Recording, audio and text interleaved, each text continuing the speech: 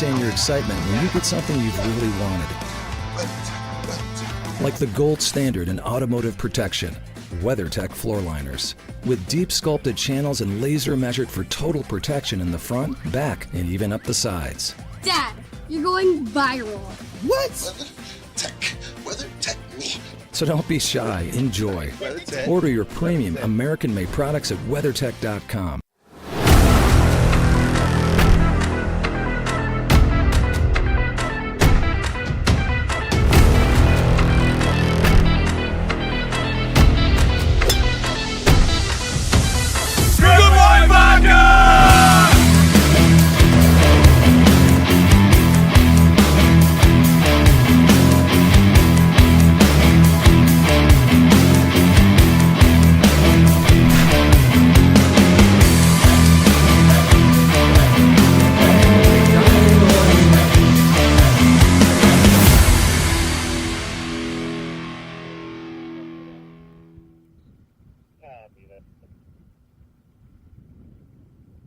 Experience the ultimate thrill, Porsche GT Track Day, where passion meets performance on some of North America's most legendary racetracks. Designed exclusively for Porsche owners, this is your chance to unleash the full potential of your vehicle in a motorsport environment. Drive the same circuits as professional racers, on the same weekend as Porsche Sprint Challenge events. Where will your Porsche take you?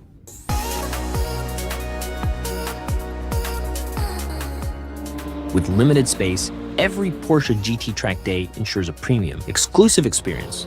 You'll get nearly 3 hours of track time, starting with reconnaissance laps, progressing through lead-follow sessions, and culminating in exhilarating open laps. Plus, strap in for heart-pounding hot laps with a professional race driver. I thought I was fast. Didn't resemble anything that I've ever done. Beyond the track, immerse yourself in VIP hospitality, premium viewing areas, and exclusive paddock access where you can witness Porsche Sprint Challenge teams in action. Spots are limited. Scan the QR code now to reserve your place at Porsche GT Track Day.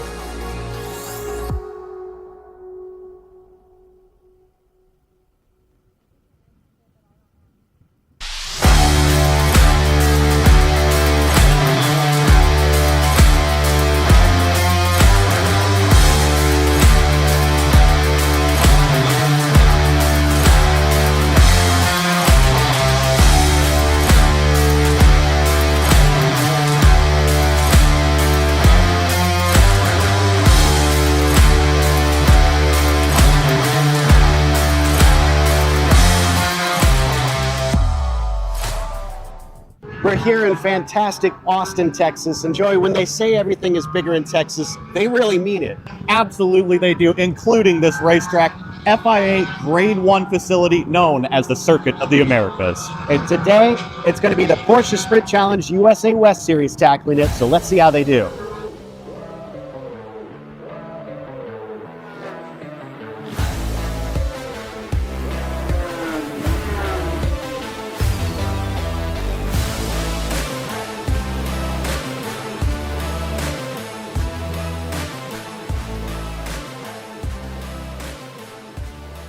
We've got Scott Blend of Ruckus Racing.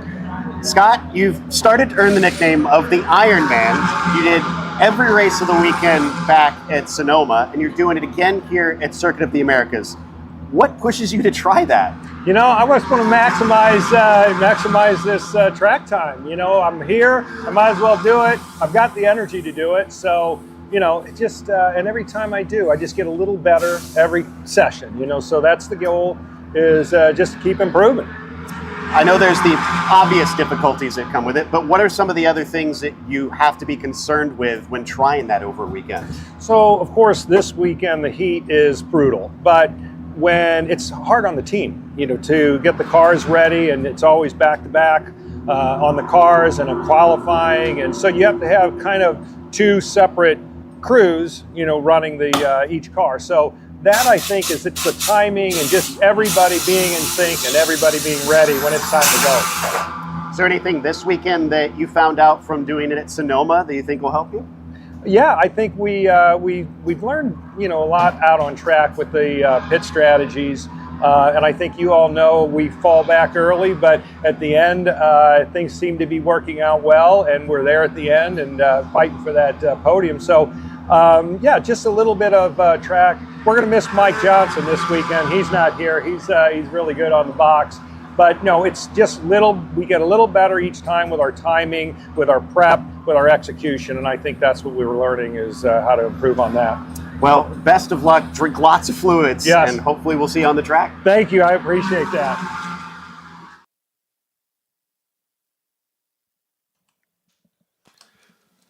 Welcome, race fans. It's time to hit the track with the Porsche Sprint Challenge USA West Series. Hi, I'm Joe Beek, and with me in the booth is Roush Racing driver Joey Atterbury, along with Carrera Cup North America driver Ashley Freiberg. Joey, the haze of the morning is starting to lift off, and the heat's turning up.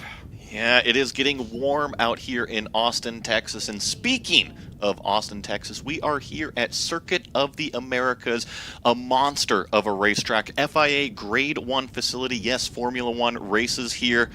We are located just outside of downtown. This is a 20-turn, 3+ mile facility out here, and a couple key areas that we're definitely going to have to watch out for. Turn number 1, also known as Big Red, on lap 1 on the start, it is a very, very busy place. You got to make sure to hit your brake marker, especially as the elevation crests up over the top at the apex. A couple more areas to look out for. Turn number 11, all the way at the far side of that track map, you got to get a good corner exit, because it leads you down into that big passing opportunity of turn number 12 at the end of that back straightaway.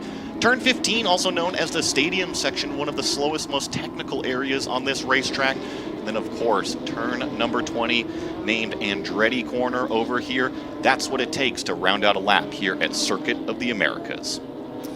While it's only going to be 35 minutes plus 1 lap, a sprint race, Ashley, we have mixed class racing out here with the Caymans and the Cup cars. How is that going to change the dynamic?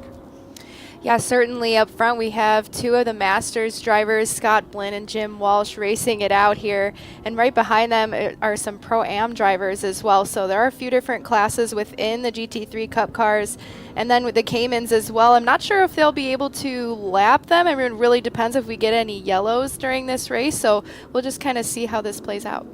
And there you see Scott Blinn starting on the overall pole with Jim Walsh, fellow Masters driver, next to him here in the USA West Series. Then we get to row 2 with Brandon Hankins starting in 3rd, Daniel Hanley in P4 for this one. Those are both Pro-Am drivers. Mark Wilgus will then be on the inside of row 3. Joel Johnson will be to his outside starting from 6th position, followed by Mark Krigler. Then in 7th spot, Francisco de Jesus, another driver doing double duty in West and North America, will be starting from 8th. Last of our Cup cars is going to be John Snyder starting in 9th. And then, Joey, we have the Cayman classes. Yeah, the Cayman GT4s, your pole sitter, Tom Rogers in that number 44. Gary Buffkin is going to be lined up next to him on row number 1, starting from 2nd place. And then in 3rd, we've got Greg Herback with Tim Smith lined up next to him, sharing row number 2 for 3rd and 4th.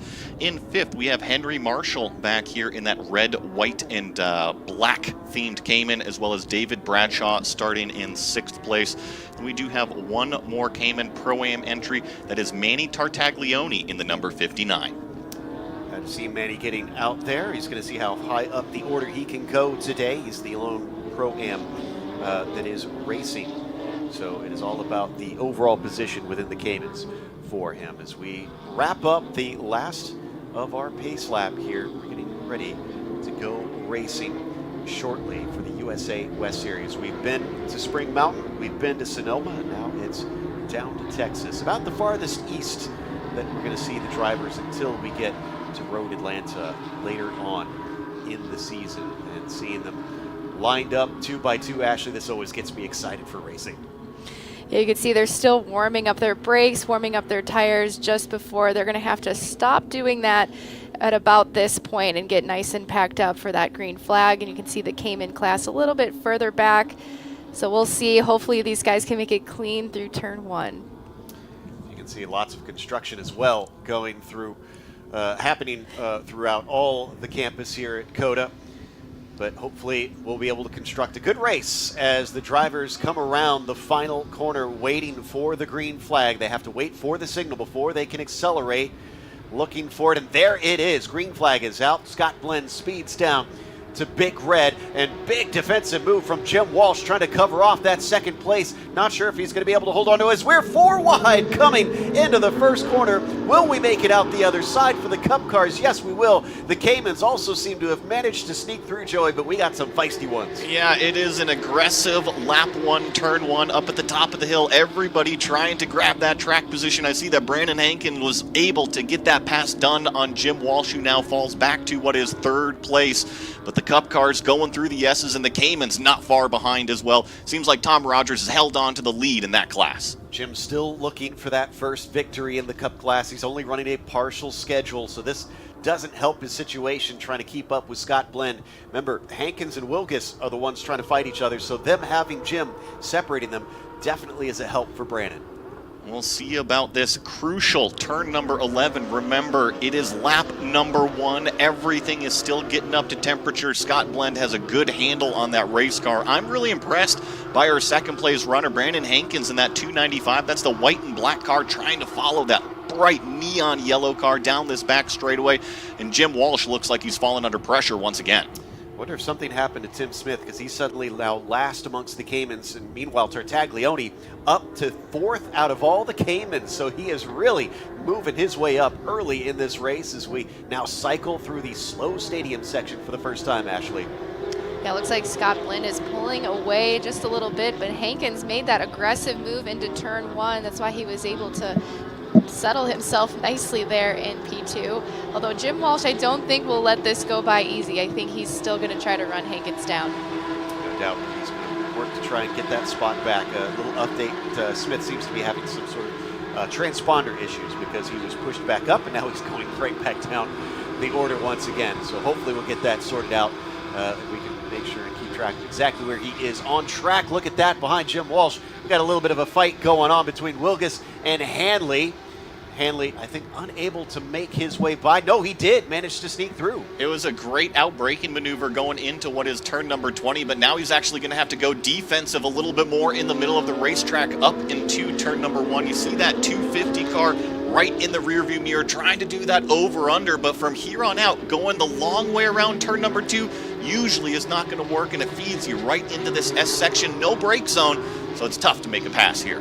Yeah, he has to slot back in line once again. Well, that made life a little bit annoying for Walsh for sure, because he loses a few car lengths on Hankins up in P2 and continues to see Scott Blend stretch that lead now nearly 2 seconds over Brandon, which is, again, not a help for P2 in the Masters themselves. That's a pretty tight cut to the inside of 8. And I mean, you can actually see the rut on the off site of the racetrack right there. So if you keep abusing those track limits, it's just going to get more and more harsh on the car. You know, the rally car drivers, they might like it. They might be able to hook that inside rut and really sling the car around. But these GT cars, you want to keep them nice and stable.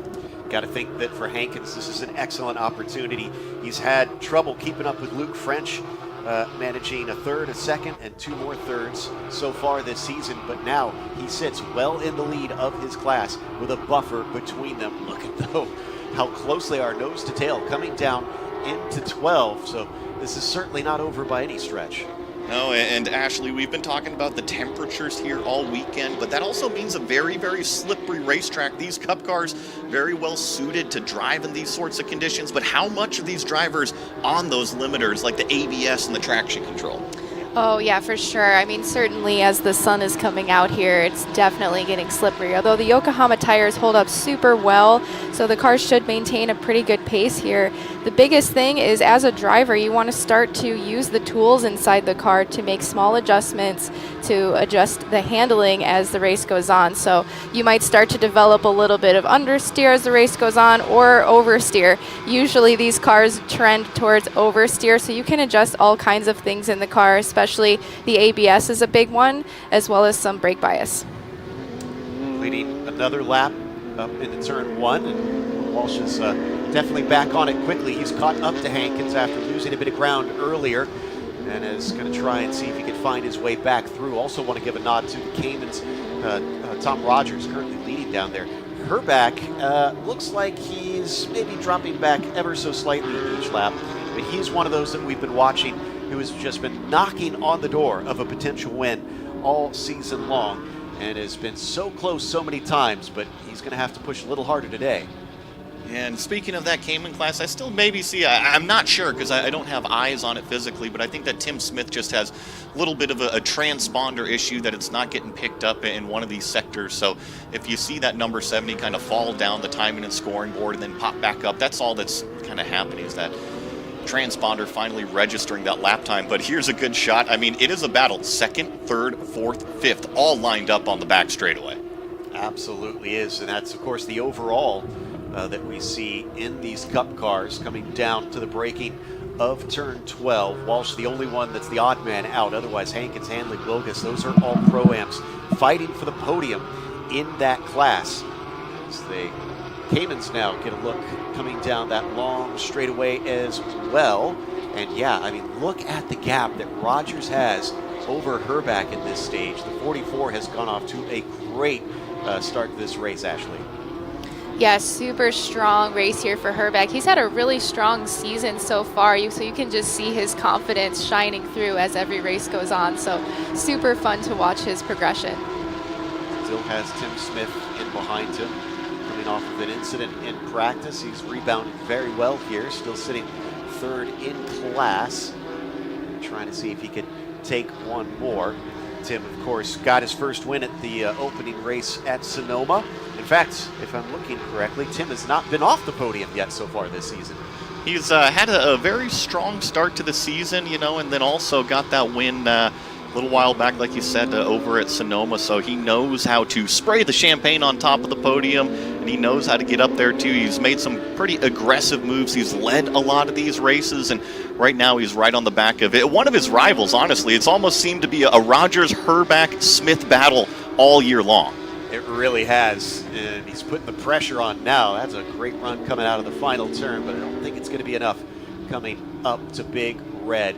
Little bit of a defensive move, though, from Herback, so it does look like he's getting in his head. Yeah, but he's really wide up at turn number 1. It seems like Tim is able to close in that gap, but not quite capitalize on the pass itself. And everywhere is technical around this racetrack, but speaking of turn number 1, incredibly steep on the uphill. You're really relying on that to slow down the car as well as that brake pedal pressure. But then once you get up towards the apex, that elevation crests over the top, and the car can get very light and go wide. Hopping on board the Yokohama blimp.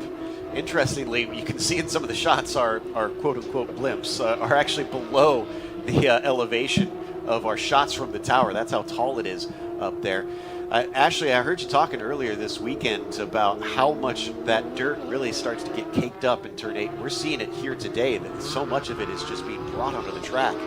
Yeah, certainly the line you're seeing now is the fastest way to actually hook your tire on the inside. Is faster, although as you were mentioning, Joey, it can potentially damage the car as well if you're not really using it properly. So the other thing as well is you see a lot of dirt and dust being blown onto the track. So as they do this every single lap, that line will get more and more slippery and won't be as fast. So some of these drivers you might see, they'll start to adjust their line based on where the grip is. See whether or not Tartaglione has managed to catch up to Buffkin. It looks like he's got about 2.3 seconds. Remember, his main goal here is to just try and pass as many of the cars in the Caymans, since he's the only Pro-Am out there. He's doing a fantastic job today, having started at the back of the pack, now within the top 5 of that group. You can see the gap back to Buffkin behind Smith. He's pulling himself a bit of distance, trying to keep him at arm's length as well, so that he can focus forward on Greg Herback. Already the first 10 minutes down in this race, Joey, and we've really settled in.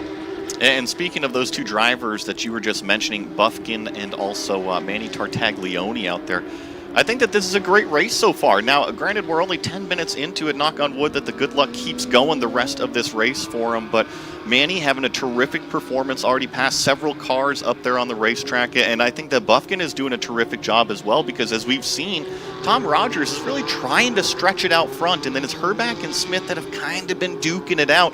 And Buffkin is slowly approaching in that rear view mirror. So we got to watch that battle for a second. If it continues to develop, especially over several corners, watch out for that number 51. He's going to join the party. What, this is one of the more interesting championship battles as well. That came in Masters category because it is all of 18 points between first and fourth right now. Smith, Marshall, Rogers, and Herbeck. And Rogers is probably in a very good position to try and, if not take himself the lead, as we got to dive down the inside. The battle kicks up once again between Hanley and Wilgus, but Hanley will hold on to that position. But as I was saying, that Rogers could be very close to taking the overall points lead, if not at least moving himself into P2. This is a good battle forming. So while Scott Blend has kind of ran away up at the front, Brandon Hankins is doing a nice job managing his race in that white and black car that we see kind of leading this 4-pack right here. Then we got Jim Walsh, Hanley, and Wilgus. Wilgus was the one who made that aggressive braking move down at the end of that back straightaway right there, and did a good job to kind of not force the issue too much. It was pretty crowded at Apex, and they all made it through nicely. And now let's get on through and start another lap. That shows you the distance that Blend has put over the rest of the 992 Cup field. Now as they cross the line, about 7 seconds from him down to Brandon Hankins, who has still refused to relinquish that P2 overall to Jim Walsh. I'm sure maybe a bit of frustration there the more he sees Scott starting to run away. Both of them, obviously, with that partial schedule there in the Masters class here in the Cup cars. Something I was noticing on the front of Hankins' car, saw maybe a piece of debris or trash on the front grille on the thing. And usually it's not a big deal if you get stuff on the front grille, but when we talk about the ambient temperatures that we're seeing here in Texas this weekend, that might be something that the driver just kind of has to keep an eye on.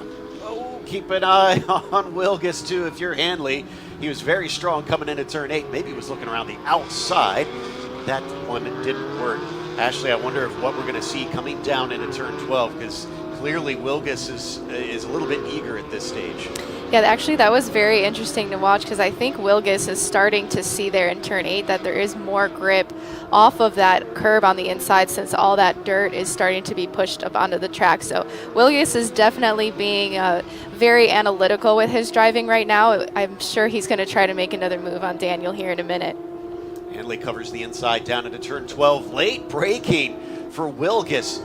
He cuts back underneath, but that's going to put him on the wrong side. But usually, no, he gets on the right side of the track down into turn 13. That forces Hanley out wide, but Hanley out accelerates him, Joey. Yeah, and now it's just kind of the switchback. Oh, and you see the defensive move out of Hanley, so Wilgus opts to kind of open up the arc a little bit, but it seems like the fight is held off for now. Wilgus still going to apply the pressure, but that's 2 laps in a row that we've seen him try to outbrake down there at turn number 12. So like Ashley was saying, probably figured out the couple corners before, got the momentum run going in there, kept that slipstream down the back straightaway, tried the move, tried it inside last time, tried it outside this time. I think he had a little bit more progress down the racetrack if he kind of forced the issue on those over-unders, but he's trying to get around. Looks like maybe he was a little bit too wide coming out of Andretti, and that drops him back. Turn 1, usually a very good opportunity to try and make those overtakes, but we're not seeing it this time coming into that first corner, although I thought the 243 was maybe going to be a bit wide, but he found the apex. Just a little bit wide up there, maybe call it 3/4 of the car width, and you see Wilgus just kind of close it in that little bit more. Now this is the area of the racetrack where we really saw Wilgus kind of take advantage up at turn number 8, kind of close that gap in. Let's see if he does the same thing this time around. And he knows he's strong through this portion. Gave it a little bit of a look last time, but where can he find it? Oh, yeah. Wow, yeah, and it's all under braking, it looks like. Whoa, there was a bit of a slide from both of them. Well, I'm going to go back to what Ashley said, because if you're the driver on the inside and you're upsetting the car, yes, it could help you through, but it's not a guarantee, as Jim Walsh took a look on Brandon Hankins down there in turn number 11. So that battle is starting to heat up. But I think what Wilgus is seeing is just keep the car stable. There's plenty of grip on the racetrack itself. Oh, this is a fantastic run. Look how close behind he is. He's pulling the slipstream down the back straightaway. Question is, can he manage to peel that position away? He last time tried it around the outside. He's going to try and do it again and see if he can get the cutback. No, he's going to be forced completely around the long way. And again, just feeding him all the way to the edge of the track. Daniel Hanley playing a smart race. Well defended right now. Wilgus is going to have to try something new, but it can be tough when you're really fast on one section of the racetrack and you seem to always catch him on that same corner, but he's always got something to kind of defend against. If it were me, I'd start looking around in other areas of the racetrack. It doesn't necessarily mean that you're going to actually make the move there, but sometimes you just need to take that driver's eyes and put it in the rearview mirror versus on their marks. Ashley, for a driver like in Hanley's position right now, how frustrating is it to not be able to run your full pace, always having to defend like that? Yeah, I mean, unfortunately, sometimes you just have some things that are not in your control. So for Daniel, he's doing a great job focusing on just getting really good exits out of these corners that lead up to the big brake zones, because ultimately that is the easiest place to pass, is in the brake zone of turn 1, turn 11, turn 12. So he's doing a really good job focusing on that. And you can see him now just kind of focusing forward, and he knows through this section you really won't be able to make a pass through here. So he's doing a good job managing all of this.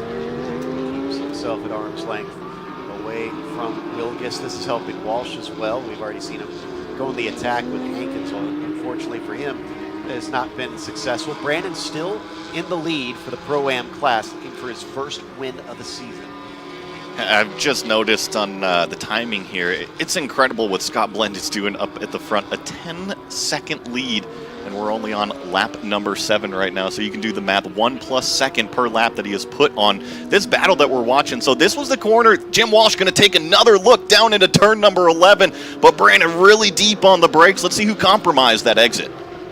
Exactly. They're so close coming off the corner, pretty close as well behind them. 2 by 2, we get a couple pairs of battling drivers down the back straightaway here at COTA.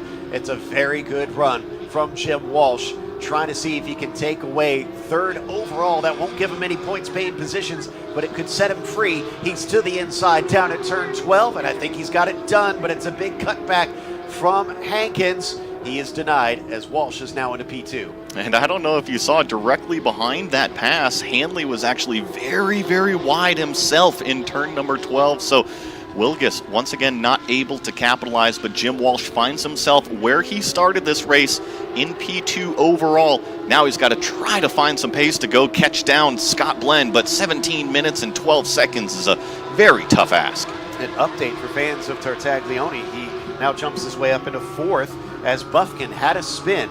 So one more overall for him. Don't worry if you missed earlier. That's Smith. Oh, did he just let him by?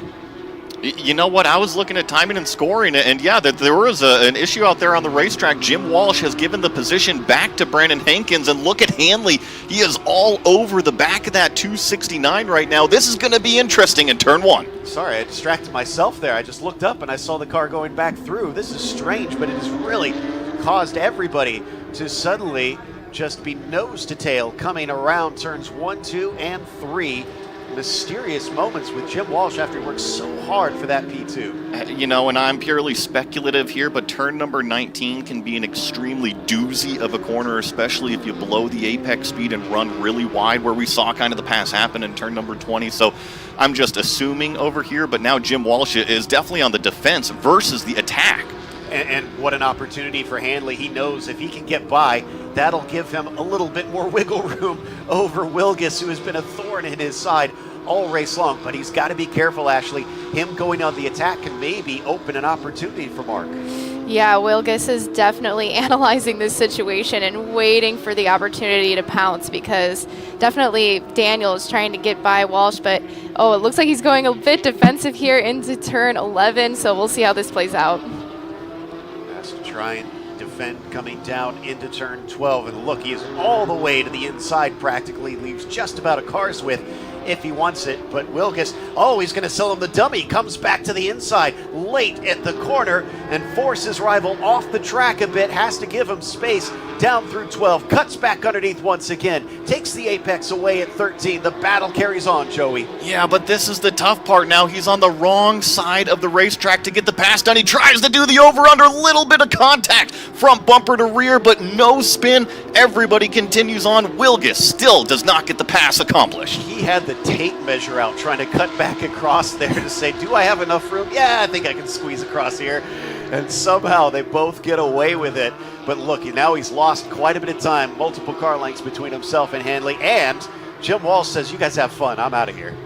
This is a terrific battle to watch. Not only Wilgus on the attack trying to just accomplish the pass, but Hanley is doing a fantastic job himself to defend. It is not easy to compromise your entries all the time, be looking in the rearview mirror, and be able to keep up with Jim Walsh directly in front. So tip of the cap to the 243 so far. This is what I love about the USA West Series is they enjoy a good battle out there. So yes, it might not be as big of a field as North America, but it puts on a spectacular show. As we watch Wilgus once again try to get back on the horse, see if he can somehow sneak by Daniel Hanley. It's been all race long between these two. Let's just see through this technical bit here up through turns 8, 9, and 10 up at the top of the hill here. This is where we've really seen kind of the discrepancy in speed, and actually that time Wilgus was a little bit wide but is able to still carry the momentum, maybe not quite as close as he was to Hanley in laps prior, but this is the area of the racetrack that he's really been excelling at, right? Get on the brakes right here, be able to roll on the throttle on corner exit like we see out of Jim Walsh, and be able to put that forward drive down the straightaway. Walsh trying to make up the time he lost to Hankins as well. He did it once. We can maybe do it again. We can just catch him up, but keep an eye on those drivers on the right side of the screen, because I think Wilgus thinks he can do it again as well. He's going to look down to the inside of Hankins down at turn 12. He's tried this outbraking maneuver before. This time, though, I'd say his competitor is wise to it as he goes a little bit too deep. Hanley, tries to come right back at him, but now they're going to go wheel to wheel as they squirm under power out of 13. Deja vu. Let's see if the crossover happens again. No, Wilgus opts to not go for it. I think he learned from last time that Hanley was definitely going to close the door, didn't want to put his car in a compromising position out there, but holy smokes, this is a great fight. I've really been enjoying it for sure, and Hanley, another one that has been wanting that first win in this series, but just can't seem to get into the position to do so. The more he fights, the more they lose touch with Brandon Hankins. That's their real goal here, is yes, they want that second place, but if they could catch the 295, that's victory, just tantalizingly close. And what I've seen in terms of the performance difference, Ashley, you can probably step in here. It seems like Wilgus is very confident on the brake pedal, especially down into turn number 12. Is that kind of what you're seeing in terms of the speed difference between these two cars? Yeah, it's interesting because they're definitely different in different parts of the track. So I think ultimately he has to be by Daniel before getting into the carousel, and I think that's really the only way he'll be able to stay ahead, because Daniel's doing a really nice job here rolling the speed through some of these corners. He's pretty tight going up through turn 8, so you just got to keep analyzing the situation and really just hope that Daniel makes a mistake, though the lap traffic here might add some drama to the mix. Oh no! Contact between Hanley and the Cayman GT4 as Wilgus spins it around by himself. He was just so far out wide on the dirty part of the racetrack, so very unfortunate, just kind of tripping over a lapped car. And I wonder if this will bring out a full course yellow, because that car looks to be in the gravel. If he's beached, that's Bradshaw right now that's out there. We could find the race coming to a halt, so is this an important one for Jim Walsh here, coming down into turn 12? If he can't make it by soon, he might find himself stopped and losing time on track. He gets to the inside, down at that left-hander, switching back. The battle carries on into turn 13. We've seen this a lot all day long. Another cutback coming from Hankins, and that car is absolutely stuck. I think we are going to see the full course yellow as it comes out. Yeah, just once you get stuck in the gravel with these racing slick tires, these Yokohamas provide some excellent traction. However, that is loose gravel down there. You can only do so much with what's stuck on your tires. It was an unfortunate situation. I believe this was Bradshaw just kind of minding his own business, trying to stay out of the way, but that can be a difficult task when you got two cars coming up right in your mirror and they're fighting for a position themselves. Critically, I'm trying to see if Wilgus lost a position to Johnson. Well, I guess Johnson is not the concern so much as Krigler here, because remember, Hankins made that contact with the lap car. We don't know if there's going to be any sort of penalty, but if there is, Wilgus missing the chance to pass the pair of them may have it come back into his lap. 100%. And you know, that's an opportunity for race control to really analyze the situation. You know, we're just armchair quarterbacks over here. We don't make any of those decisions. But if you ask me, It's tough to run up on a lapped car, but it's always kind of the passing car's responsibility to do so in a safe manner. Now, Hanley had a lot going on in his rearview mirror. Wilgus was way out to his left. He probably had no idea where he was on the left side of the car, so he was probably leaving a little bit of room out there because he knows he's so close. Unfortunately, Bradshaw was directly in front of him, and like I said, they just kind of tripped over each other. Poor David Bradshaw. Yeah, just wanting to run his own race and just in the wrong place at the wrong time. They're going to try and maybe get him out of the car, or are they just going to try and get him onto the track and let him drive himself back to pit lane here? You know, usually the track crews, the safety crews will come up, you know, and say, hey, is the car okay? You okay? Just make sure everything's all right and get everything hooked up and pull it on out of the gravel over there. Lots of these cars run those windows nowadays, so it's not necessarily a window net that you can just talk through. Sometimes you actually have to open up the door to be able to talk to the driver. And how important, Ashley, was that move for Walsh? Because if we get this one restarted, he is now going to be directly behind the leader in his class. Yeah, that was spectacularly timed by Walsh, although I don't know if he was aware that the full course may or may not come out, but man, that was definitely good timing on his part. I have a feeling if the crew saw what was going on, somebody had to have been on the radio to let him know it's time to go. If you got it, make it happen. And hopefully we will get restarted shortly, since we've got about 8.5 minutes plus a lap, and they're already working on Bradshaw's car over there. I don't know if we mentioned it, but the 71 and the 243 under review for that incident. That is Bradshaw and Hanley involved in that lap traffic incident. As we now slow down for a moment, everybody resets, and hopefully we get some more racing in before this is done. I want to give a shout out to that number 59 Cayman again. That is Manny Tartaglione out there. He's the only Pro-Am class car, and he's currently sitting in 4th place overall. But trust me, he was not gifted that 4th place. He went up there, he made the pass on Henry Marshall, he made the pass on Greg Buffkin, so he's done a terrific job. Manny's always constantly learning out there. I think that was really the goal for this season, is to learn this chassis, learn the car, learn this kind of type of racing, as well as his father, and then ultimately go have fun in those endurance races together. Absolutely. Love to see the father-son pairings out there on track as they've got the car out of the gravel now. Driver still seems to be in there, so maybe we'll see that door shut and him just go along his merry way, hopefully not drag too much gravel onto the track itself. Ashley, drivers in the cars right now, if the crew is telling them, okay, we're thinking there's going to be a restart, what are they preparing for on this restart?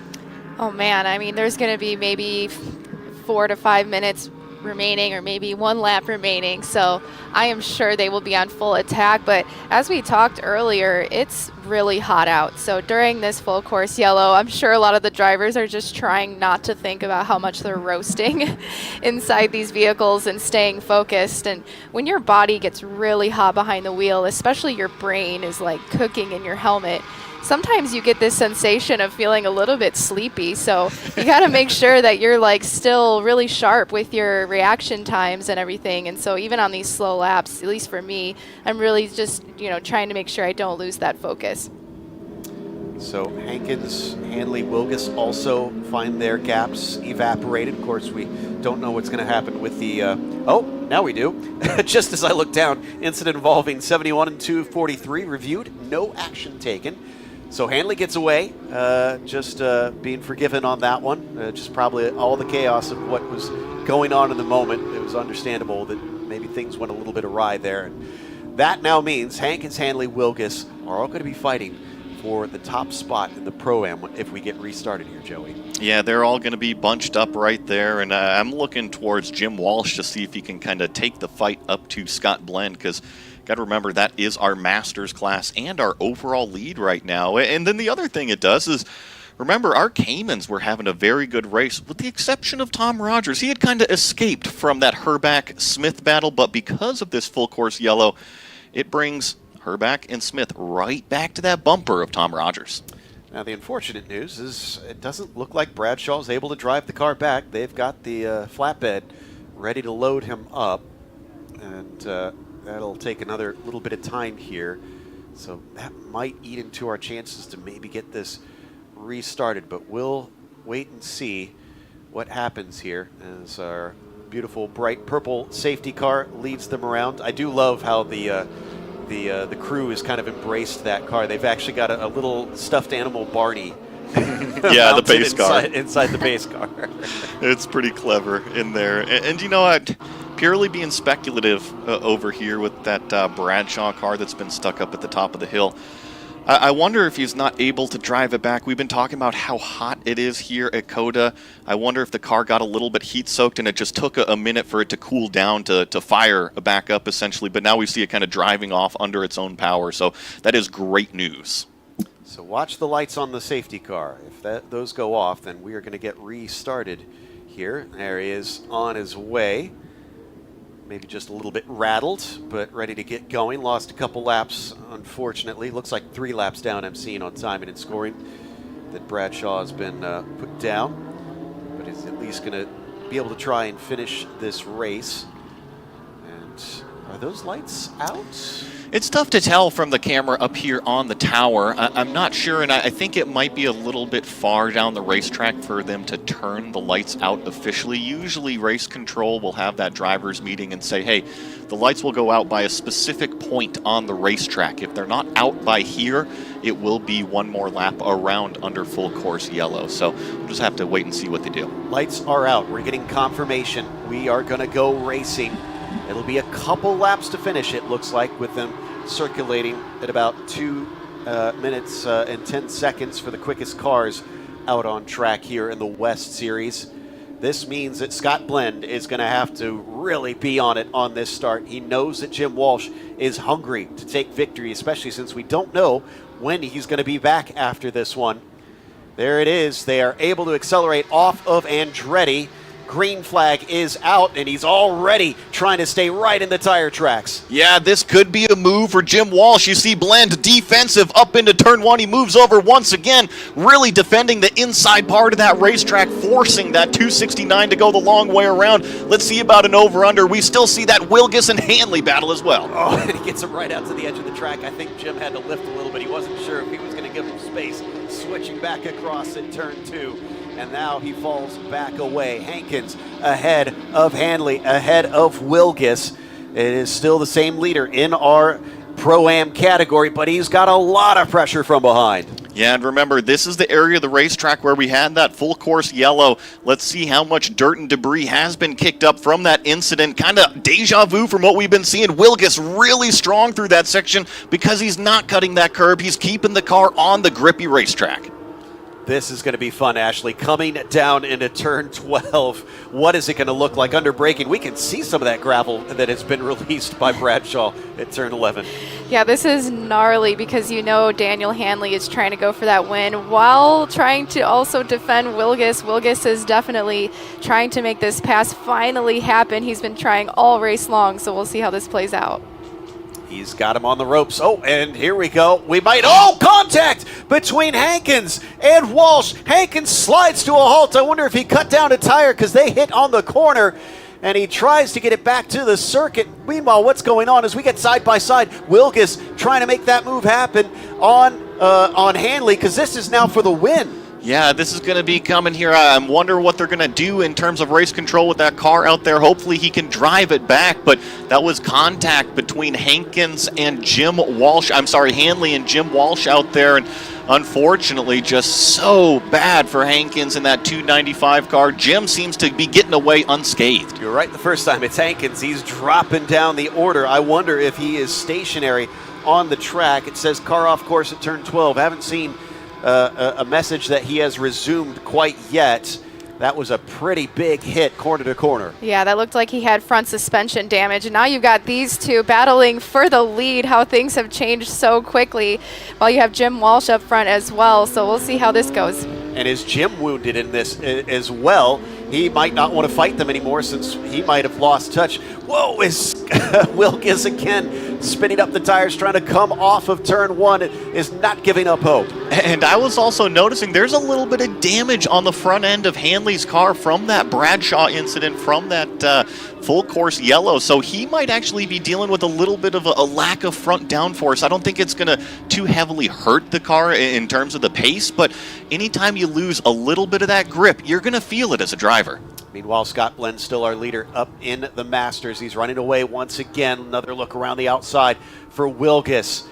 The intensity has ratcheted up as they know that they could maybe get their first win, each of them pushing hard to try and come away with victory here at the USA West Series at COTA. Coming off the corner, that's a pretty good run. That was exactly what I wanted to see out of Wilgus. He really opened up the entry to turn number 11 to focus on the exit, and here you see him underneath the rear wing of Hanley. Hanley goes full defensive. Can Wilgus squeeze the car to the inside? No, he's got to go to the outside of the racetrack. It's going to be threshold braking. You got Jim Walsh directly in front. Looks like Hanley's going to be able to hang on, and now they kind of choke up all on exit. They're all off the course for a second there, at least from that angle it looked like, and once again leaves the door open. Wilgus gets his nose underneath but is denied. It'll be white flag this time by for them. Kind of surprised that Jim hasn't allowed them through. Well, I wonder if that, obviously he's still got pace, but I wonder if he's lost just a little tiny bit of pace, and that's why Hanley is able to get so close. But Wilgus, I mean, he's got to be frustrated inside that racing helmet. Here we've done an entire race, and he's still stuck behind his same competitor. I didn't see where Hankins was on track. He's still showing us stopped. There's the white flag with one to go, so it looks like we're going to go green to the end on this one, as they must have him out of harm's way. Hanley versus Wilgus. Who can win it? Meanwhile, Scott Blend is laughing his way to the bank. Literally. I mean, 7.5 seconds, almost 8 seconds in a span of, 3 laps? I mean, the performance out of this Ruckus Racing machine, this 245, is very, very impressive. That last lap time, a 2:10.8, almost qualifying times. Wilgus is showing scored ahead of Hanley. Did we miss a pass on track out there, as he's currently our leader across the line? Last time by, he's been working on that all race long. Could he lead this last lap home? Yeah, Blend doesn't have anything to worry about. He's actually grown that lead to now 8.5 seconds. All he's got to do is drive the windshield. And when I mean drive the windshield, drive what's in front of you on the racetrack. Don't look in those mirrors. Don't worry about anything else that's going on. Purely focus on this finishing of the lap. Hoping we get some shots here of what's going on for the lead in Pro-Am, if that is still with Wilgus ahead of him or if that is swapped back between the pair of them. But coming down into turn 12, Scott Blend, the Iron Man, is looking to take victory in his first race of the weekend if he can just take a few more corners. Through that tricky turn number 12 up to this very technical stadium section, turn number 13 and 14. Get it nice and slow right here for turn number 15, and then accelerate your way out of this incredibly sharp left-hander to this sweeping triple apex. Just let the car really roll through these corners. 16, 17, and 18. 2 corners remaining. He already won the first race at Sonoma here in the West Series, and then took a third in his second race over there. Now he's going to make it 2 wins out of 3 in the USA West Series. Scott Blend up to the Andretti corner and to the line will take victory in the Masters and overall here in Porsche Sprint Challenge USA West. Now we turn our attention to Walsh, Wilgus, and Hanley. What's going on with that group? Oh! They're going to spin Jim Walsh, and that was Wilgus who was ahead of him. Was their contact? He, on the line, will lead them to the win in Pro-Am. I mean, a fight that's ending in tears right now for Jim Walsh as he's stopped on the racetrack. Thankfully, he's able to grab a gear. He will be able to finish, but looks like this is our Caymans coming through as well. Seems like Tom Rogers is going to hang on for the Cayman Masters win. Greg Herback, and am I seeing this right? Is that Buffkin there rounding out the podium? I know that Tim Smith has been having some transponder issues, but it is Buffkin on the podium. Manny Tartaglione takes the Pro-Am win. Fantastic stuff from Buffkin to put himself on the steps to spray some champagne. And I want to give a big congratulations to Francisco de Jesus. I think this is going to be his first podium in any of the Porsche Sprint Challenge Series, taking a third place finish down in the Masters category, with Jim Walsh having spun at the very end. My goodness, Ashley, we couldn't have asked for more drama. Holy moly. Yeah, I don't know what really happened there. If he got tagged, probably by Wilgus and Hanley. Those two definitely battling super hard all race. So we'll see how the officials look at that later on. But also, great job there by Bufkin finishing third. This is his first time in a race car ever. So super cool to see him on the podium as well.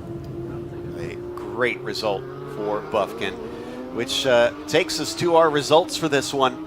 As Scott Blend, who we see on screen, will come away with the overall win. Wilgus has crossed the line, but I'm sure that's probably going to be looked at some point. We haven't gotten an official message, but I'm sure they'll at least give it a review at some point. Meanwhile, Hanley came home second in his class, while Joel Johnson with an excellent P2 in Masters. Krigler with a third down in Pro-Am. DeJesus, as I said, a third in the Masters. Jim Walsh scored seventh overall. Takes us to the Caymans. Tom Rogers, his win kind of overlooked by all the chaos happening in front of him, but he's our victor in the Masters for the Caymans. Greg Herback with another podium for him, second. Bufkin in third. Tartaglione fourth overall in the Caymans. You've got Marshall fourth in class in the Caymans for the Masters. Tim Smith scored in fifth, and Bradshaw coming home in sixth. And then, of course, Hankins a DNF today, sadly. We'll be back with the podium ceremonies here for the Porsche Sprint Challenge USA West Series, so don't go away.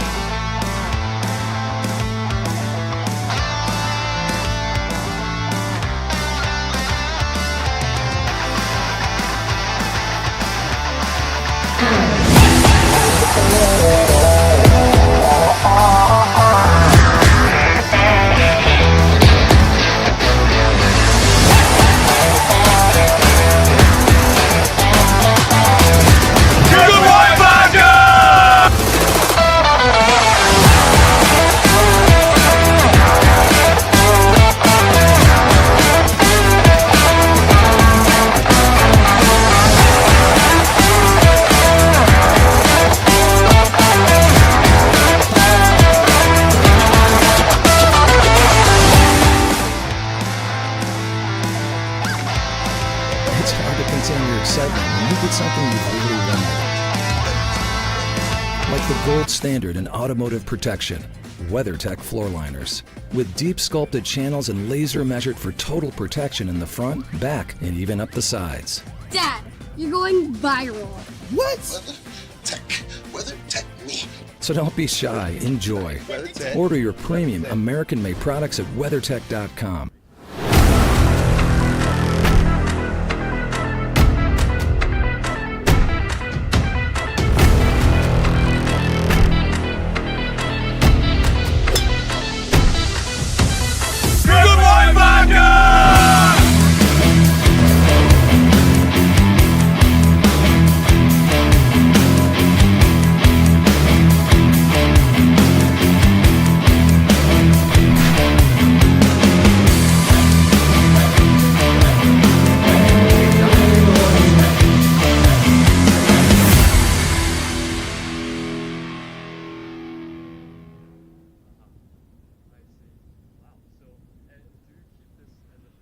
Experience the ultimate thrill, Porsche GT Track Day, where passion meets performance on some of North America's most legendary racetracks. Designed exclusively for Porsche owners, this is your chance to unleash the full potential of your vehicle in a motorsport environment. Drive the same circuits as professional racers, on the same weekend as Porsche Sprint Challenge events. Where will your Porsche take you?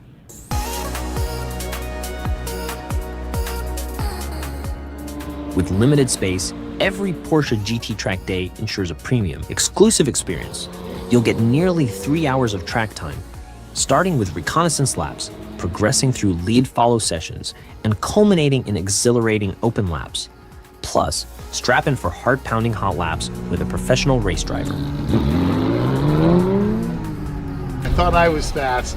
Didn't resemble anything that I've ever done. Beyond the track, immerse yourself in VIP hospitality, premium viewing areas, and exclusive paddock access where you can witness Porsche Sprint Challenge teams in action. Spots are limited. Scan the QR code now to reserve your place at Porsche GT Track Day.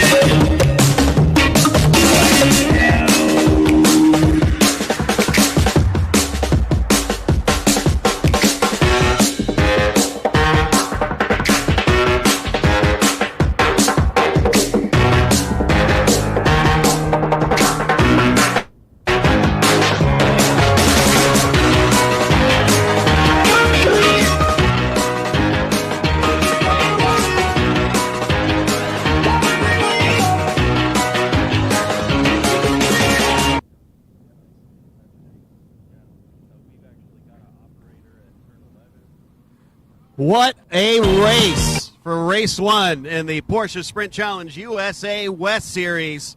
That's going to bring us to our podium ceremonies here today. We're going to start it off with the Cayman Masters. Finishing in third, driving the 51 today, it's Gary Buffkin.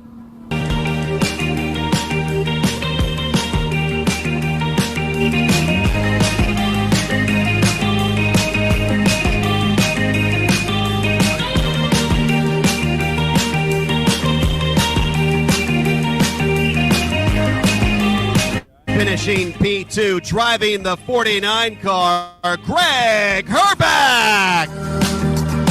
Waiting for you to shine, people pleasantly returning to the top step of the podium, the number 44 of Tom Rogers. Yeah, I'm heading for the station, I can see.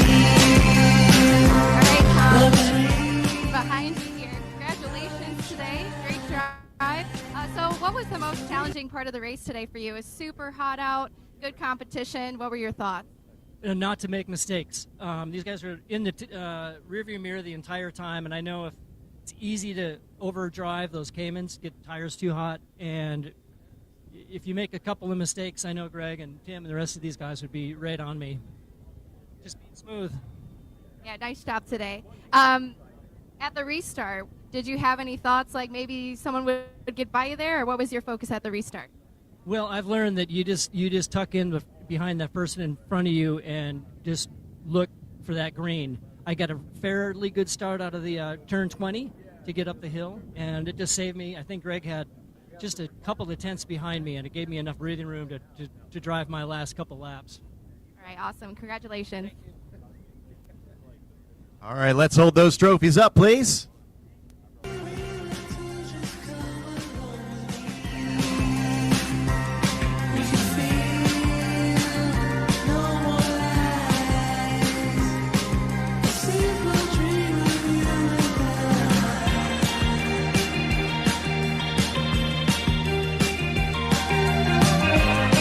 And now some nice cold champagne!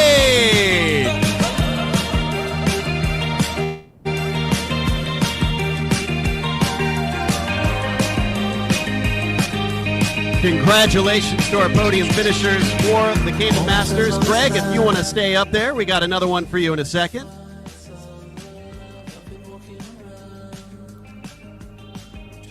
Greg, if you could hold on for just a second.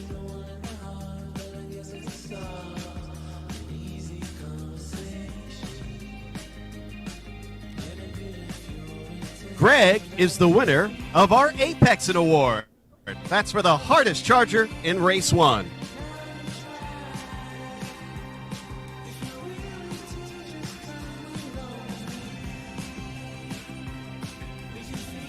Congratulations to Greg Herbeck, our Apexit Award here for race number 1.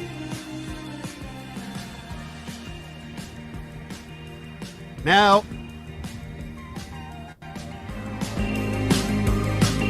for the Cayman Pro-Am, we have our winner driving the 59, charging from the back of the field, Emmanuel Tartaglione.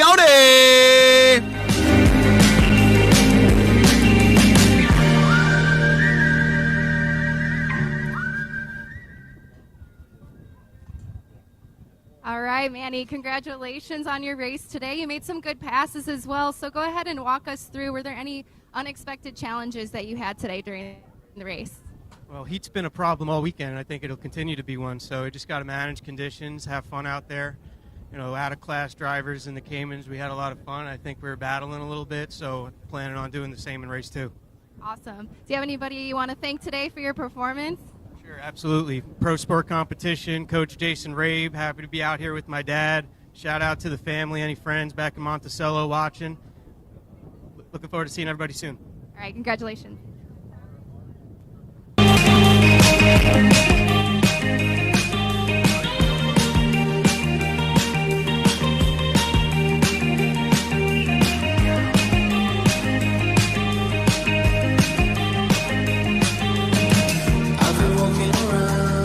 Now, of course, your favorite part, spray some champagne! That's our winner in Cayman Pro-Am, Manny Tartaglione. Let's give it up for him one more time.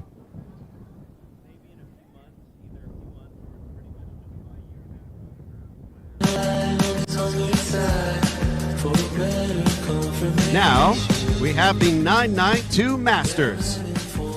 With his first podium in the USA West Series, third place goes to the 221 of Francisco de Jesus.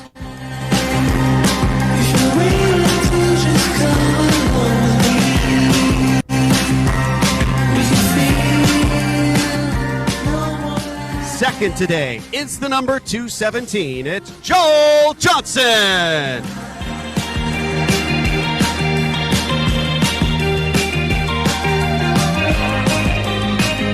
And surviving a late restart, the 245 is our winner. It's Scott Blend.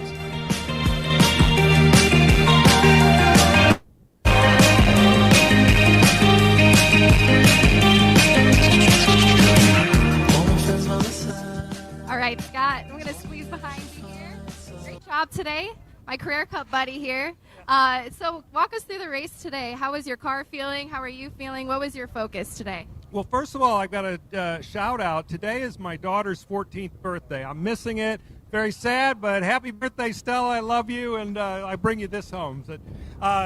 We had been working on the car, and I've had a lot of sessions, which has been fortunate. So when we were out there today, we got, everything was just right, and I was just told push to the end, so we know higher pressure for later, and that's what we did. Car was great.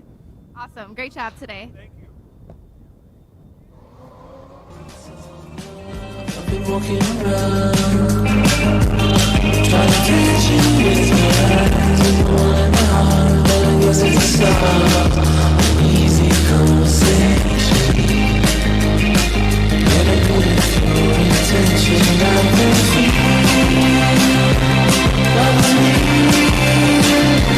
And now we get to enjoy some champagne. Congratulations to the 992 Masters Podium finishers.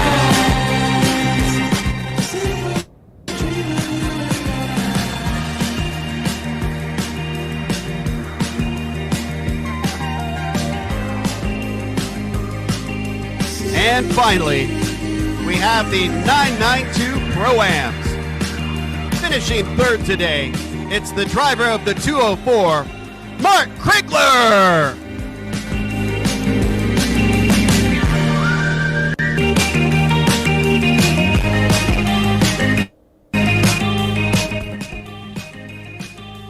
With an exciting race all race long, second place goes to the 243 of Daniel Hanley.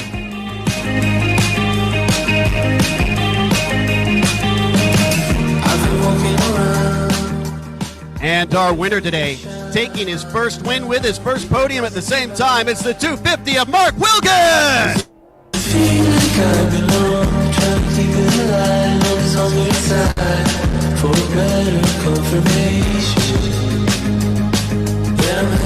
All right, Mark. That was some spicy racing today. So walk us through that whole thing. You were battling it out a lot with Daniel there, and you had full course cautions, cars flying all over the place. Tell us how that went for you. And I think 2/3 of the race, I was a few feet from Daniel's bumper. I spun the car when there was a little incident in front of me, and I thought, oh, wow, well, that's going to be the end of this. Luckily, full course yellow and had a chance to battle again. So that's kind of how it went down. Awesome. Did you expect to win today? No, I did not, candidly. Well, congratulations. Nice job.